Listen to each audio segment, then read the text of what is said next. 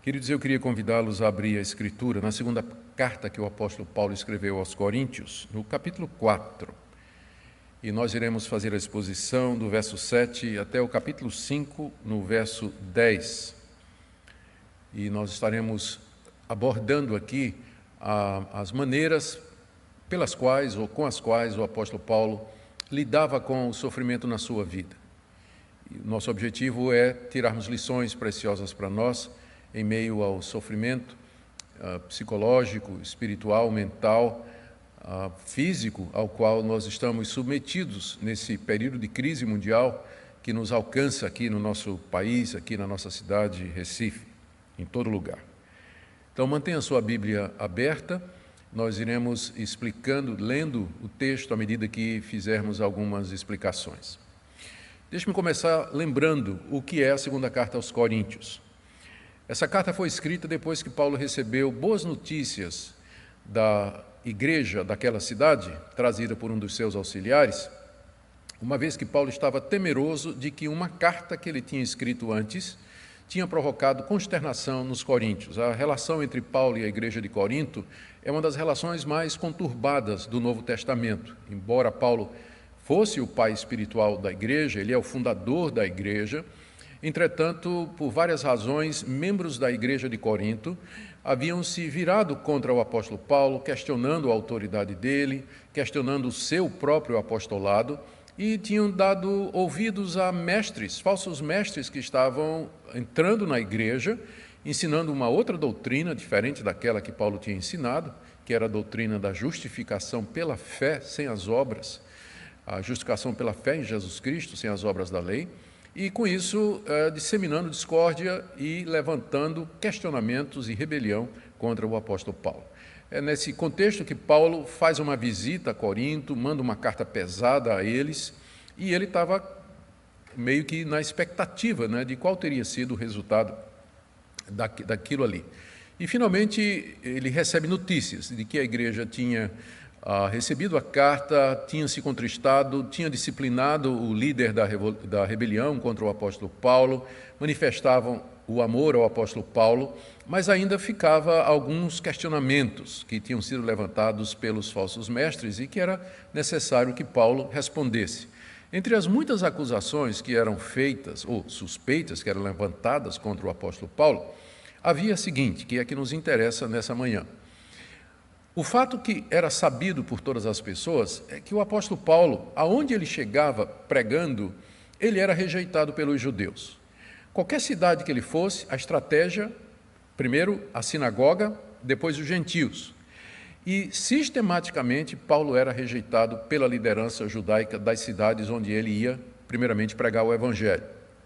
E essa rejeição, às vezes, terminava em prisão de Paulo, apedrejamento, significava que ele apanhava com varas, significava ser expulso da cidade, e isso, com frequência, deixava o apóstolo Paulo destituído, uma vez que ele dependia da hospitalidade, dependia da ajuda dos irmãos.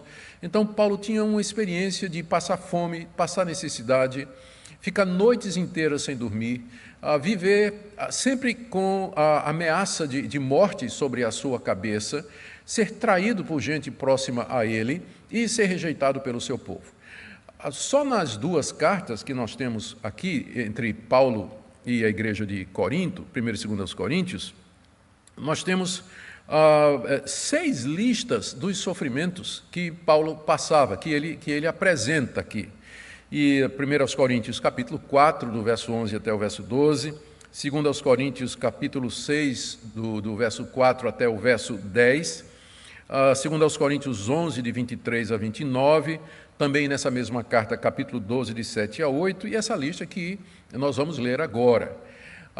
E por que Paulo faz essa lista de sofrimentos? Por que ele fala disso? É porque os falsos mestres estavam dizendo que esses sofrimentos eram uma prova de que Paulo não era de Deus. O argumento é esse. Se Paulo era de Deus, por que Deus permitia que ele passasse por todo esse tipo de sofrimento? Privação, fome, sede, não tinha casa, não tinha onde pousar, não tinha o básico, às vezes, para viver, passando necessidade por alguns dias. Por que Paulo sofria tanto? Por que ele apanhava tanto? Não seria essa uma prova, perguntavam os adversários de Paulo, de que ele realmente não era de Deus? Será que Deus trataria dessa forma o seu servo, o seu enviado, o seu apóstolo aos gentios, se ele fosse de fato um homem de Deus? E aí então os sofrimentos eram usados para dizer: você não é de Deus, porque se você fosse de Deus, você não passaria por todas estas coisas.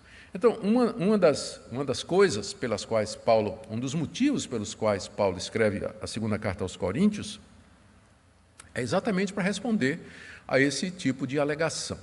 E no texto aqui que temos diante de nós, ele vai responder. Ele vai dar a razão dos seus sofrimentos, ele vai responder a isso, primeiro dando a razão dos sofrimentos, que vai ser aí do capítulo 4, verso 7 até o verso 15, Paulo explica por que é que ele sofre, e ele depois vai dizer por que é que ele não desanima, mesmo em meio a tanto sofrimento, que vai ser do capítulo 4, verso 16 até 5, verso 10. Então, são duas divisões da minha exposição nessa manhã. A primeira, a razão dos sofrimentos de Paulo, e segundo, o que é que ele fazia para não desanimar em meio a todo aquele sofrimento. Ele está dando uma explicação por que é que ele continuava a servir a Cristo e pregar o Evangelho, mesmo que ele passasse por situações tão tensas como aquelas que ele descreve naquelas listas. Então vamos ler a primeira parte, do verso 7 até o verso 15, onde Paulo explica porque ele era submetido a tanto sofrimento. Temos, porém, esse tesouro em vasos de barro, para que a excelência do poder seja de Deus e não de nós. Em tudo somos atribulados, porém não angustiados, perplexos, porém não desanimados, perseguidos, porém não desamparados, abatidos, porém não destruídos, levando sempre no corpo o morrer de Jesus, para que também a sua vida se manifeste em nosso corpo. Porque nós que vivemos somos sempre entregues à morte por causa de Jesus, para que também a vida de Jesus se manifeste em nossa carne mortal. De modo que em nós opera a morte, mas em vós a vida. Tendo, porém, o mesmo espírito da fé, como está escrito: eu criei, por isso é que falei. Também nós cremos, por isso também falamos, sabendo que aquele que ressuscitou o Senhor Jesus também nos ressuscitará com Jesus e nos apresentará convosco. Porque todas as coisas existem por amor de vós, para que a graça, multiplicando-se, torne abundantes as ações de graças por meio de muitos, para a glória de Deus. Vejamos as explicações, são 4 explicações que Paulo coloca aqui, para os sofrimentos. Por que é que Deus deixava que ele sofresse tanto? A primeira razão pela qual Deus permitia que Paulo sofresse é para que ficasse claro de onde vinha o poder do apóstolo Paulo. Está aí no verso 7. Temos este tesouro em vasos de barro, para que a excelência do poder seja de Deus e não de nós. O tesouro que Paulo se refere está mencionado no verso anterior, e que está ligado ao nosso verso pelo porém. O que é que ele disse no verso 6, o verso anterior? Ele falou que Deus é que resplandeceu em nosso coração para a iluminação do conhecimento da glória de Deus na face de Cristo. Ou seja, o conhecimento de Deus na face de Cristo, que é o próprio Evangelho, esse é o tesouro mais precioso que Paulo carregava no seu peito e no seu coração. Entretanto, verso 7, esse tesouro ele vem em vasos de barro. Essa era uma prática muito comum naquela época, em que não tinha a segurança dos bancos, ou, enfim, a segurança dos recursos de alguém. As pessoas pegavam o que elas tinham de mais precioso, como moedas, como objetos, joias e outras coisas que eram importantes para elas, e elas escondiam em vasos de barro. Por quê? O vaso de barro era vaso simples, que era comprado na feira, né, que não tinha valor nenhum, e que ninguém não despertaria a atenção de ninguém. Se um ladrão entrasse na casa, ele talvez ia pegar um vaso mais caro, mais precioso, mas um vaso de barro simples, encostado assim num canto, ninguém ia prestar atenção.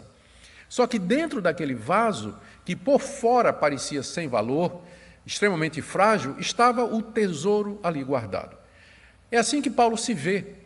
Ele é o vaso de barro, carregando dentro dele o tesouro mais precioso de todos, que é o conhecimento de Deus na face de Jesus Cristo. Só que para que esse tesouro apareça, para que ele se mostre em toda a sua grandeza, o vaso tem que ser quebrado, o vaso tem que ser esmagado, para que então aquilo que está dentro dele possa aparecer. O ponto é esse, que os sofrimentos que Deus permite que ele passe são Deus quebrando o vaso, que é o apóstolo Paulo, para que através disso o conhecimento de Deus na face de Cristo, que é o tesouro, seja manifesto a todos. E que fique claro que o poder do apóstolo Paulo, o poder de pregação dele, o poder de convencimento, o poder para fazer sinais e prodígios, o poder para fundar igrejas, o poder para continuar servindo, não vinha de Paulo. Ele era um mero vaso de barro, mas vinha de Deus, desse conhecimento do poder do Evangelho abrigado no seu peito, oculto pelo vaso que era quebrado para que se revelasse esse tesouro em toda a sua grandeza. Essa é a primeira razão, para deixar claro de onde vem o poder. Não vem de nós, somos vasos de barro, mas de Deus, cujo conhecimento está na face de Cristo, que habita em nosso coração. A segunda razão que Paulo dá para os seus sofrimentos é que é dessa maneira que o poder de Deus se manifesta através dos seus sofrimentos. Ele explica isso fazendo alguns contrastes aí, 4 contrastes, do verso 8 até o verso 10. E o ponto desses contrastes aqui é o seguinte: apesar de Paulo ser levado ao limite, ao extremo do que ele poderia aguentar, ainda assim ele continuava. E isso porque Deus o sustentava. Deus quebrava Paulo, mas não ao ponto de destruir Paulo.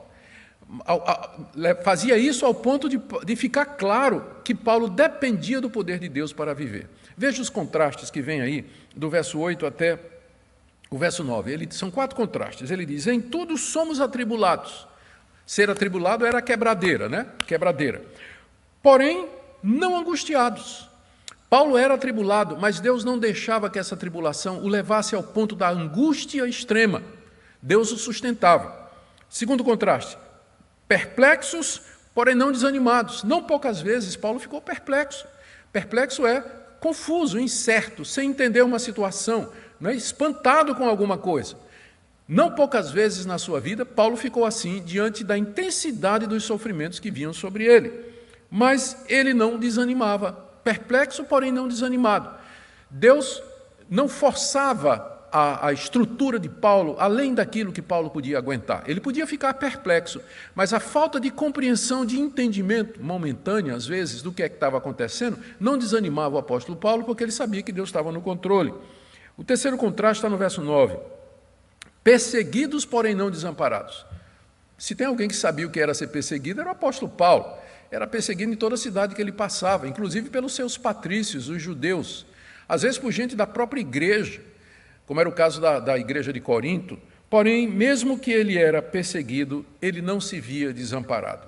Ele contava com a presença de Deus e, sem dúvida, Deus levantava amigos, pessoas que lhe davam o ombro, pessoas que o abrigavam, que o visitavam na prisão, perseguido, porém não desamparado, abatido, porém não destruído. Não poucas vezes Paulo se viu abatido diante do rigor da perseguição, do rigor do sofrimento, mas ele não era destruído. Esses 4 contrastes, eles mostram o seguinte: a quebradeira vinha em cima do apóstolo Paulo para que o tesouro escondido se manifestasse, mas não ao ponto de destruí-lo completamente. Não ao ponto de o apóstolo Paulo dizer: agora basta, não aguento mais, Deus está sendo injusto comigo, e virasse as costas e fosse embora. Deus o segurava no limite, né? Paulo era mantido no extremo, no limite do que ele podia suportar, mas Deus não permitia que ele fosse mais adiante. Então, essa é a explicação que ele está dando para os seus sofrimentos, né? Primeiro, para que ficasse claro que o poder vem de Deus, e segundo, para que o poder de Deus se manifestasse em sustentá-lo, mesmo em meio a todas aquelas provações que ele estava passando. A terceira razão para os seus sofrimentos está aí, do verso 10 até o verso 11, e em linhas gerais ele está dizendo o seguinte: que isso é necessário para que a vida de Cristo se manifestasse através dele.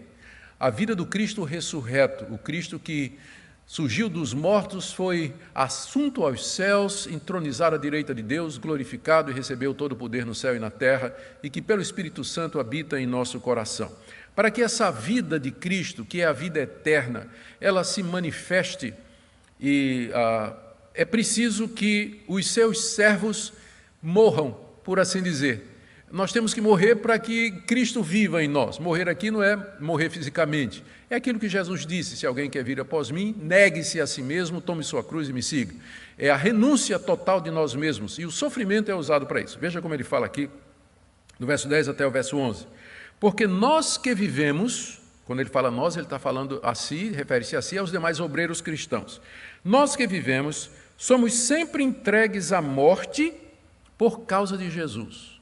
Nós que vivemos somos sempre entregues à morte por causa de Jesus. Ser entregue à morte é ser entregue a esse sofrimento que inclui tortura e a possibilidade de morte. Razão, para que também a sua vida, a vida de Cristo, se manifeste em nosso corpo. Para que a vida de Cristo se manifeste no nosso corpo, para que Jesus viva em nós, é necessário que nós morramos. Como Paulo disse na carta aos Gálatas: não eu, mas Cristo vive em mim. Já estou crucificado com Cristo, de forma que não sou eu mais que vivo, mas Cristo vive em mim. Para que Cristo viva em nós, para que a vida de Cristo se manifeste através de nós, Deus tem, desculpa a expressão, Deus tem que nos matar. E Ele faz isso através da quebradeira do vaso, através do sofrimento, através da dor, através da provação, que é quando a gente desiste de si mesmo e nós nos apegamos a Deus, reconhecendo que é de Deus que vem todo o poder e toda a autoridade. Veja o verso 11, onde esse assunto ele é explicado de uma maneira mais clara também.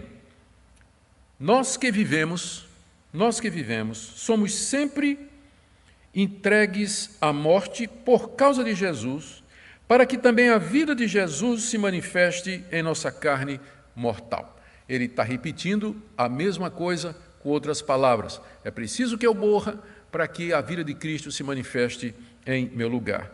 E a razão é por esse motivo, então, que ele está sempre entregue à morte. Essa expressão que Paulo usa aqui, levo sempre no corpo o morrer de Jesus, no verso 10 e no verso 11, nós que vivemos somos sempre entregues à morte por causa de Jesus. Quando leio essas expressões, eu sempre gosto de lembrar que Paulo, não gosto de lembrar, mas eu sempre me lembro que Paulo vivia como alguém condenado à morte. Paulo vivia como alguém que já tinha sentenciado a receber a pena de morte.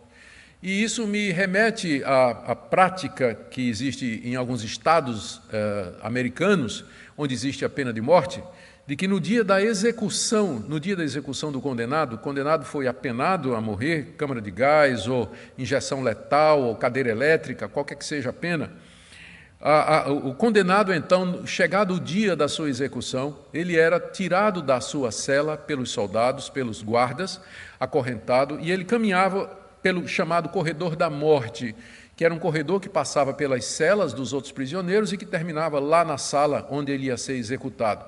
E à medida que ele caminhava, os seus companheiros de prisão ficavam batendo nas grades e dizendo dead man walking, que significa homem morto caminhando. Ele não estava morto ainda, mas era só uma questão de tempo. Ele era um homem morto caminhando. É assim que Paulo se vê. A dead man walking, um homem morto caminhando. A sentença de morte pesava sobre ele constantemente. Para quê? Não que ele tivesse cometido algum crime, mas esse é o meio de Deus pelo qual a vida de Cristo brotasse da vida de Paulo. Para isso nós temos que morrer primeiro. Essa é a explicação número 3 que ele dá dos seus sofrimentos. A primeira é que é preciso que fique claro que o poder vem de Deus. A segunda é que o poder de Deus se manifesta em sustentá-lo no limite. E a terceira é preciso que ele morra para que a vida de Cristo se manifeste nele. E a quarta explicação é que é dessa forma que as ovelhas recebem vida através da morte do seu pastor. Verso 12. De modo que em nós opera a morte, nós, Paulo está falando como pastor, como pregador, em nós opera a morte, mas em vós, e agora está se dirigindo aos coríntios, em vós opera a vida. O pastor tem que morrer para que o rebanho possa viver. Ou seja, Deus usa o sofrimento para quebrar o pastor, para que a vida de Cristo se manifeste através dele e assim o rebanho seja alimentado. Porque o que traz vida ao rebanho não é a vida do pastor. Nós somos pecadores, nós somos indignos, somos corrompidos. mas através de pessoas quebradas, quebrantadas, Deus pode transmitir a vida do Cristo ressurreto, que é o que realmente alimenta o rebanho, que é o que transforma vidas, que converte pecadores, que consola, que edifica a igreja. E nós temos que, então, ser submetidos a esse processo, até que nós desistamos de nós mesmos e permitamos que Deus atue poderosamente em nós. Eu vi uma vez uma história, que talvez ilustre bem isso, que teve um retiro de pastores, e numa região, num lugar muito bonito, onde tinha um açude, onde se podia nadar, mas tinha um aviso de que o açude era fundo, a partir de uma certa altura, que o pessoal se acautelasse. Mas ali, num desses momentos de lazer, um desses pastores mais afoito, começou a nadar, foi até o meio do açude, e lá ele sentiu cãibras. E quem sofre de cãibras, sabe como dói mesmo, como é difícil. E ele começou a afundar, não tinha como nadar de volta, e ele começou a afundar. E começou a gritar e pedir socorro. Os demais pastores se reuniram ali ao redor daquele açude, e ficaram olhando um para o outro para ver o que é que fazia, todo mundo perplexo, e se lembraram do pastor João. O pastor João era um ex-campeão de natação, e que era um exímio nadador. E o pastor João estava ali, e vendo lá o colega se afogando, e o pastor João estava lá. Simplesmente, E o colega lá no meio, socorro, socorro, se afogando lá, e todo mundo, João, vai, João, socorre, irmão. E João só olhando. Finalmente, depois de se debater muito, o pastor lá no meio do açude, desistiu, começou a afundar, aí João tirou a camisa, pulou, deu 3 braçadas, chegou lá, gentilmente pegou o colega e trouxe são e salvo para a margem do açude. E aí os pastores cercaram João. Você é cruel, você é desumano, como é que você deixa você desde o começo você podia ter ido lá e salvado, por que você deixou que ele passasse por tanto sofrimento? E João respondeu, se eu tivesse ido enquanto ele ainda tinha forças, ele ia se agarrar comigo e nós dois haveríamos de morrer. Eu só poderia ajudá-lo quando ele desistiu dele mesmo. É exatamente isso que acontece nesse processo, essa quebradeira toda, esse sofrimento todo, é para que nós desistamos de nós, para que a vida de Cristo se manifeste em nós e, através de nós, abençoe tantas outras pessoas. É por isso que Paulo sofria. Então, essa é a primeira parte, essa explicação que ele dá aqui dos sofrimentos que ele enfrentava, É que através dos sofrimentos Deus o mantinha humilde, quebrantado, dependendo de Deus, e assim Deus podia usá-lo poderosamente para instrumentação ou como instrumento de salvação do seu povo.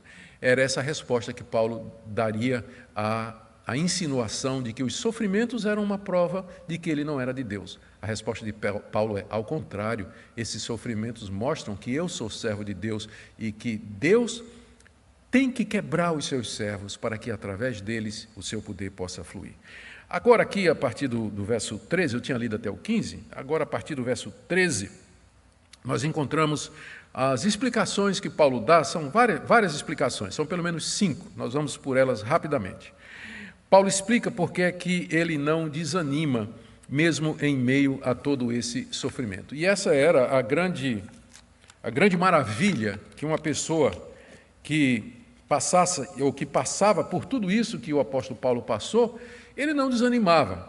Quando a gente lê as listas aqui que Paulo coloca dos seus sofrimentos, eu confesso que se eu passasse por um terço daquilo que Paulo diz aqui que ele passou, eu não sei se eu ainda continuaria, eu não sei se eu teria condições de continuar pregando o Evangelho, sendo ministro do Evangelho.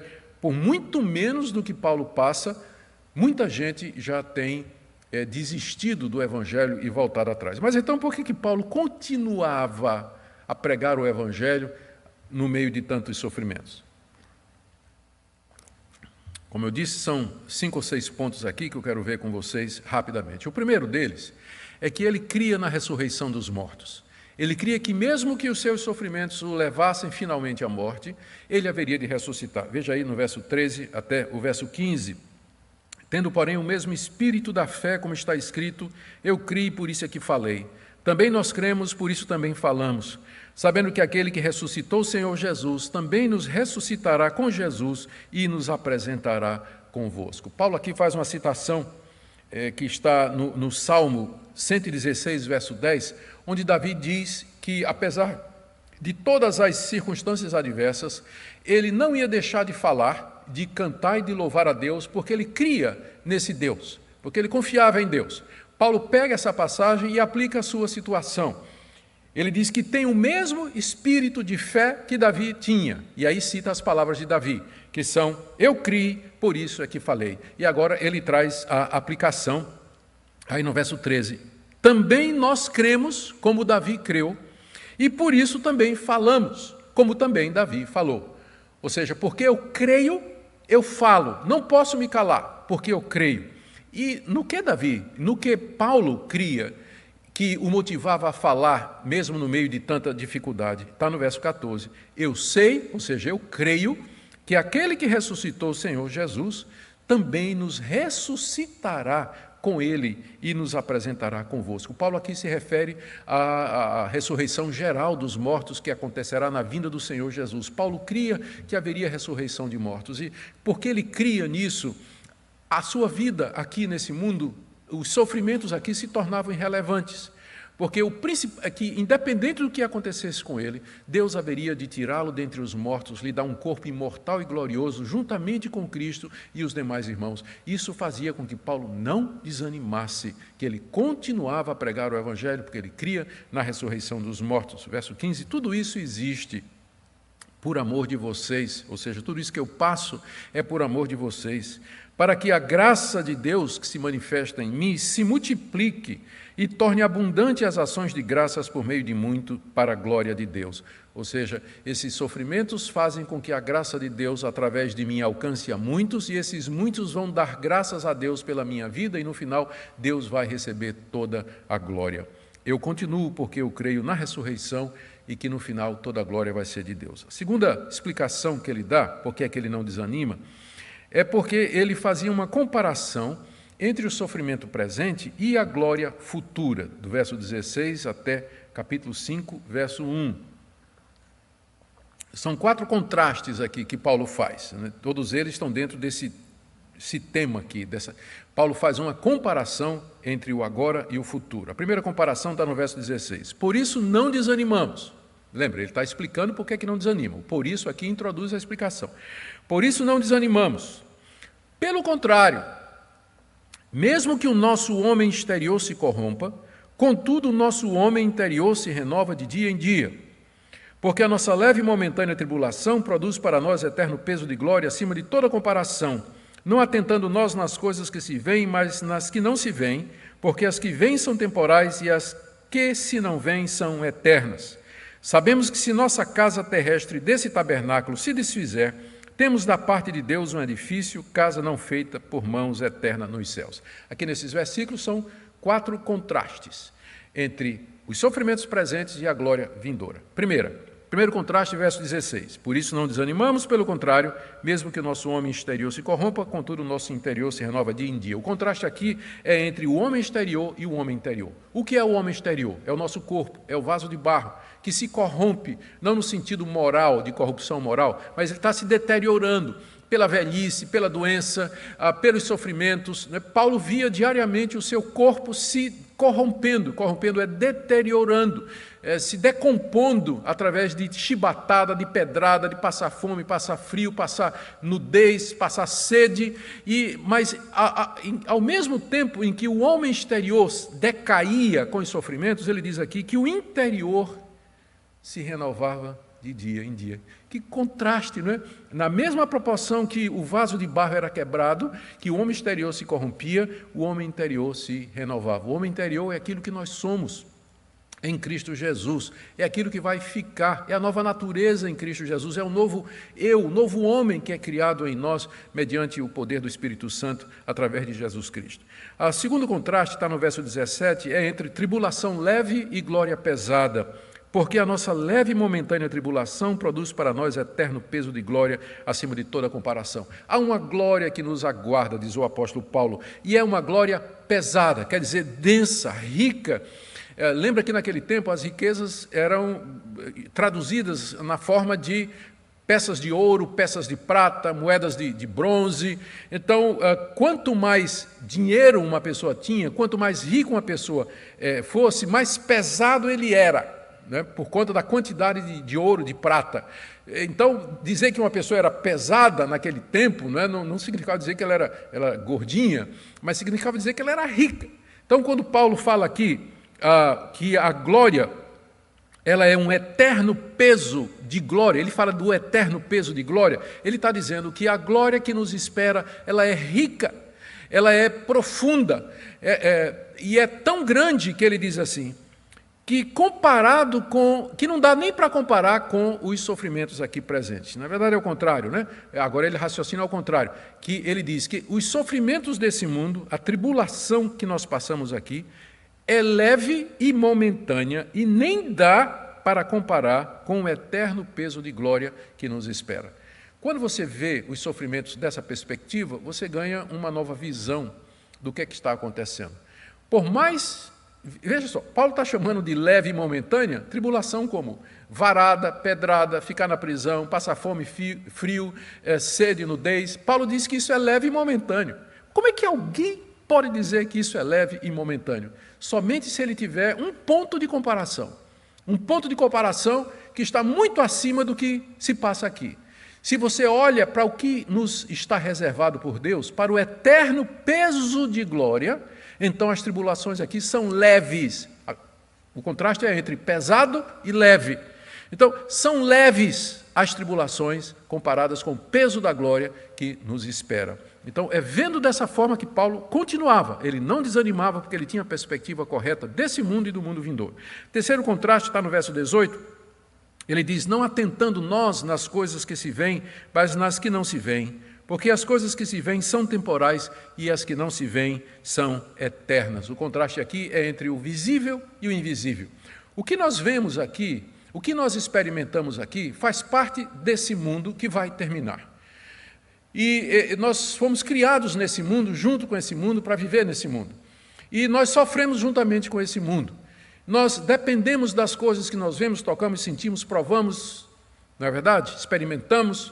Mas estas coisas, elas haverão de passar juntamente com o mundo. Mas as coisas que vão permanecer, elas são invisíveis para nós nesse momento. Deus é invisível, Senhor Jesus é invisível, a vida eterna é invisível, a glória pesada que nós falamos no verso anterior, ela é invisível, os que já morreram e que estão na glória também são invisíveis, os anjos que nos acompanham nos cercos e nos abençoam são invisíveis, todas as realidades que a Bíblia fala, que são eternas, que estão preparadas para nós, elas são invisíveis. Nós não conseguimos chegar a elas através da audição, olfato, paladar e tato, e do gosto, nós não conseguimos chegar, porque elas pertencem a uma outra realidade.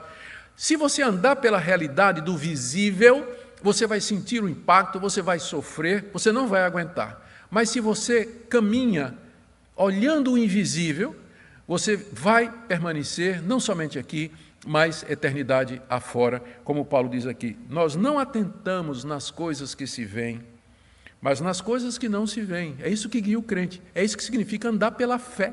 É isso que significa andar pela fé.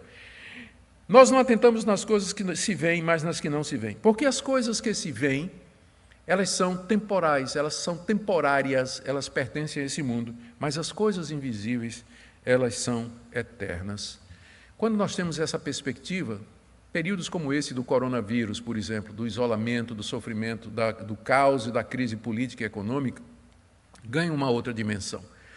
Porque quando o cristão não tem essa perspectiva da eternidade, essas coisas daqui desse mundo ganham uma dimensão tão grande que ele se apavora, ele entra em pânico, ele fica estressado, angustiado, porque ele está assim, ele está vendo assim, mas ele tem que olhar, é assim, ele tem que ter o quadro maior, e uma vez que ele coloca tudo isso em perspectiva, o seu coração vai encontrar paz. Último contraste, no capítulo 5, verso 1.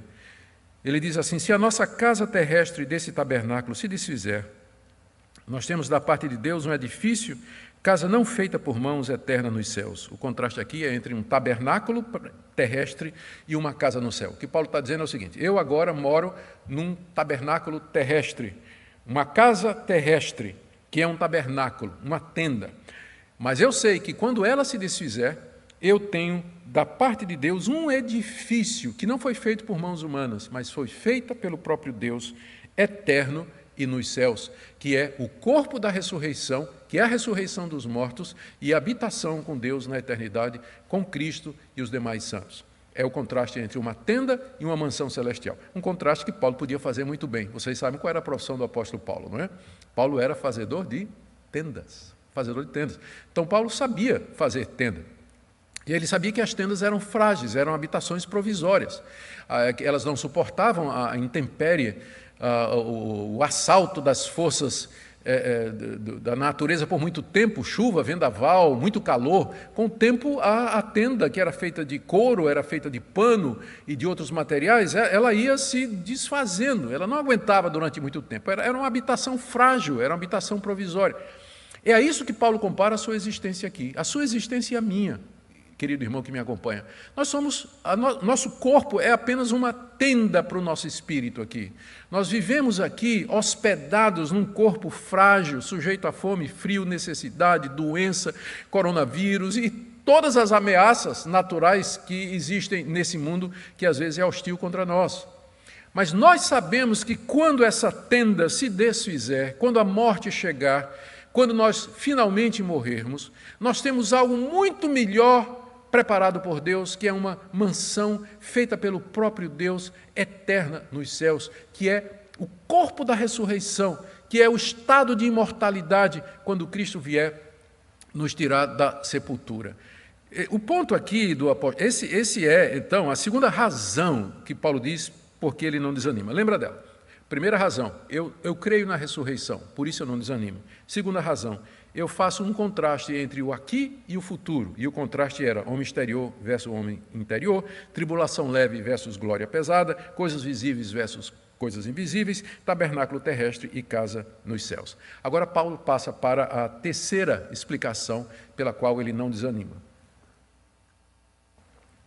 que está aí do verso 2 até o verso 5. É que ele ansiava pela ressurreição. Ele não somente cria na ressurreição, que foi a primeira explicação que ele deu, mas ele ansiava pela ressurreição dos mortos, inclusive com gemidos. Verso 2 até o verso 5.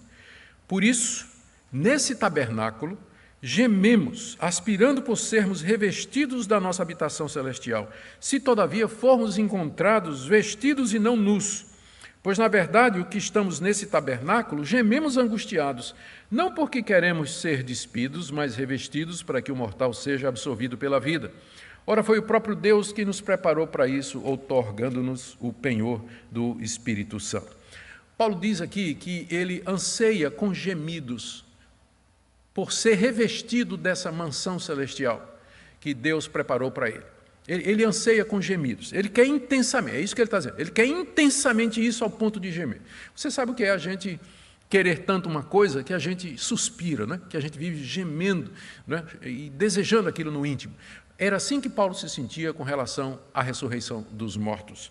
Mas ele faz uma ressalva, que ele diz no verso 2, não é, que nesse tabernáculo nós gememos, aspirando por ser revestidos da nossa habitação celeste, se, todavia, formos encontrados vestidos e não nus. Ele faz uma ressalva dizendo que somente o crente verdadeiro pode ter essa esperança.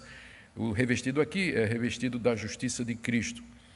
E depois ele faz uma ressalva para não ser mal compreendido, porque alguém pode dizer assim: ô Paulo, você está estimulando o suicídio, né?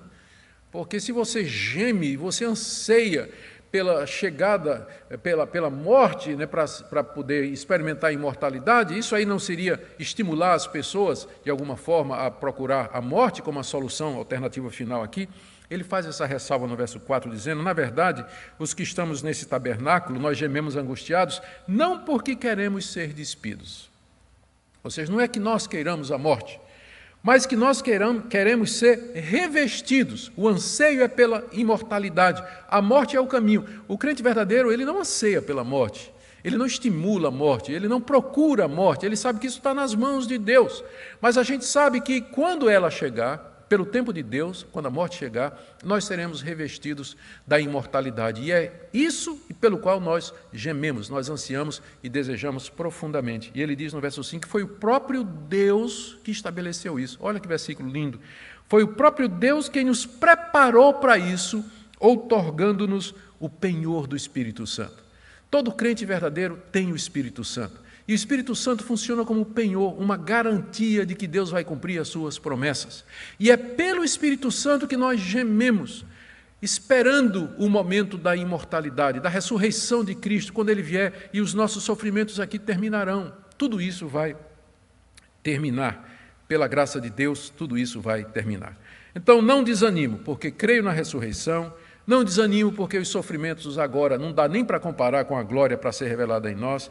Não desanimo, porque eu vivo, na verdade, ansiando pela ressurreição. E não desanimo, porque eu fico esperando o encontro com Jesus, versos 6 e 8 a 8. Temos, portanto, sempre bom ânimo. Nota o tom, né? Não desanimo, tenham sempre bom ânimo. Ele está explicando por quê. Temos, portanto, sempre bom ânimo, sabendo que, enquanto no corpo, estamos ausentes do Senhor, visto que nós andamos por fé e não pelo que vemos. Entretanto, estamos em plena confiança, preferindo deixar o corpo e habitar com o Senhor. Aqui o que ele está dizendo é que ele estava consciente de que, enquanto ele está aqui, ele está ausente do Senhor Jesus. Quando Cristo ressuscitou dos mortos com o corpo imortal, o corpo glorificado, ele marcou a separação física dos seus discípulos na ascensão. Ele levou os discípulos até Betânia, uma região fora de Jerusalém, e dali ele abençoou os discípulos, deu as últimas instruções e ele começou a subir aos céus no seu corpo ressurreto, de maneira visível. E por que houve esse cerimonial de separação? Porque Cristo queria estabelecer a sua separação física do seu povo. Depois que ele subiu aos céus, ele não voltou ainda, ele permanece nos céus. Ele só veio uma vez, que foi para aparecer a Saulo de Tarso no caminho de Damasco, para ali constituí-lo como apóstolo dos gentios. Fora isso, Cristo não voltou mais fisicamente. Nós não temos a presença física do Cristo exaltado e ressurreto entre nós. Paulo sabia disso. E Paulo queria muito estar com o Senhor ressurreto, mas ele está consciente de algumas coisas. Primeiro, no verso 6. Nós sabemos que enquanto estivermos nesse corpo, nós estamos ausentes do Senhor. Porque nós só vamos encontrar o Senhor fisicamente quando houver a ressurreição dos mortos. Quando Ele voltar em glória, nós formos ressuscitados e transformados, aí estaremos com o Senhor para sempre. Mas até lá, nós estamos ausentes dEle. Não espiritualmente, porque o Senhor está conosco, mas fisicamente nós estamos ausentes do Senhor, até que Ele volte. E por isso, nós temos bom ânimo, veja o verso 6, verso 7, porque andamos por fé e não pelo que vemos. Gente, como esse versículo precisa ser destacado. Nós andamos por fé e não pelo que vemos. Existe um tipo de cristianismo que tem sido pregado nos nossos dias que estimula o crente a procurar sentir, pegar, ouvir, ter experiências, como se isso fosse o auge da sua experiência espiritual aqui. Quanto maior a visão, quanto mais profunda for a voz, quanto com mais frequência você sentir alguma coisa, mais espiritual você é. Mas não é esse o padrão de vida cristã que Deus estabeleceu para nós enquanto nós estamos aqui. Aqui nós andamos pela fé, ou seja, aqui nós andamos com frequência, sem ver, sem sentir, sem ouvir, sem experimentar. Quantas vezes na minha vida eu passei dias sem sentir absolutamente nada, nada no meu coração, mas eu cria. Eu comparo isso a um avião, não é? Você está de avião, quem já viajou, sabe que está, de repente, um céu azul de brigadeiro, de repente, e o piloto está lá navegando, né? Ele está vendo tudo. De repente, o avião entra na nuvem. E aí ninguém está vendo mais nada, o piloto não está vendo nada. O que ele faz? Ele tem que ir pelo automático, ele tem que confiar, né, de que o piloto automático vai conduzir, mantendo a rota e tudo mais, mesmo que ele não esteja vendo absolutamente nada. Com frequência aqui, a nossa vida cristã ela entra na nuvem.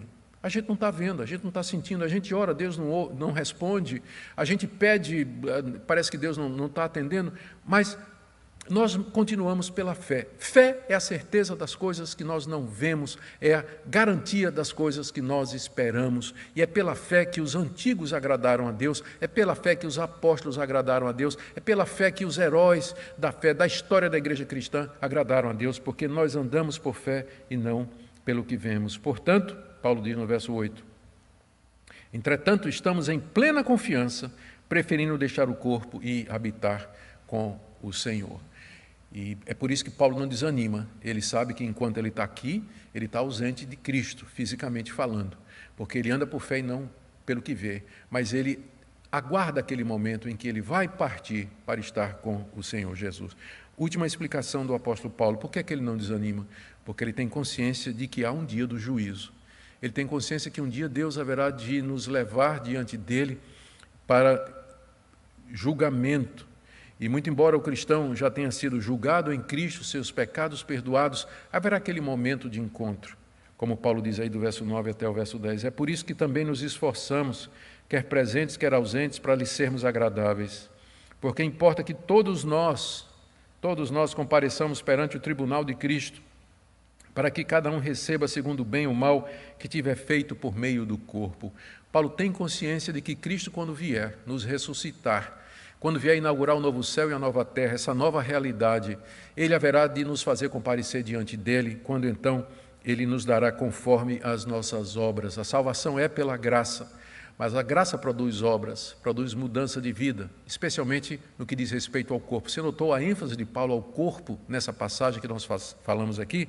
O corpo é como uma tenda, o corpo é habitado pelo Espírito, é sujeito ao sofrimento e morte. Enquanto estamos no corpo, estamos ausentes do Senhor Jesus. O corpo é aquele vaso de barro, é por isso que ele diz que quando Cristo vier, nós haveremos de dar conta do que fizemos através do corpo. Então, consciente disso, Paulo tinha como alvo agradar a Cristo aqui ou na eternidade, como ele diz no verso 9. Por isso que nós nos esforçamos, quer presentes, quer ausentes, para lhe sermos agradáveis, porque todos nós vamos comparecer perante o tribunal de Cristo. A consciência do juízo e do julgamento é que fazia com que Paulo não desanimasse. Ele não queria comparecer diante de Deus como um apóstata, como alguém que abandonou a fé por causa do sofrimento, alguém que um dia professou a fé em Jesus Cristo, mas virou as costas quando o sofrimento bateu na sua porta. Ele queria, naquele dia, estar aprovado diante de Deus. Eu quero terminar aqui com algumas aplicações. Eu prometo tentar ser breve. Primeiro, para os jovens e adolescentes da nossa igreja ou de outras igrejas que estão acompanhando essa exposição. Aprenda desde cedo o que é que a Bíblia diz sobre sofrimento, privação, doenças e dores. Não nutra uma visão romântica da realidade do mundo, influenciada pelos filmes de Hollywood, influenciada pelos videogames, influenciada pelo contato com seus amigos ou por ideologias a respeito de um futuro róseo para a humanidade. O que acontece é que muitos jovens que foram criados numa bolha, cercados de conforto, cercados de coisas boas e de segurança, de repente eles batem de cara com na parede do sofrimento, da dor, da angústia, da doença inesperada, e eles não estão preparados para enfrentar a realidade dessa vida. Então, essa palavra aqui é para você, que a vida pode lhe dar muitas voltas e nem sempre você terá o conforto e a tranquilidade que seus pais estão lhe oferecendo. Então, desde cedo, aprenda a dura e crua realidade da nossa existência. Veja o mundo com os olhos de Deus, através da visão bíblica da realidade. Eu não estou dizendo que não tem coisa boa nesse mundo. Tem muita coisa boa, louvado seja Deus. Tem muita coisa boa nesse mundo. Mas não esqueça que elas são temporárias, elas são passageiras e que às vezes Deus nos tira dessas coisas. Ele quebra o vaso de barro para que através de nós a vida de Cristo possa fluir. Também uma palavra para você que está aflito, ansioso, temeroso. Querido, alimente sua mente e o seu coração com a palavra de Jesus.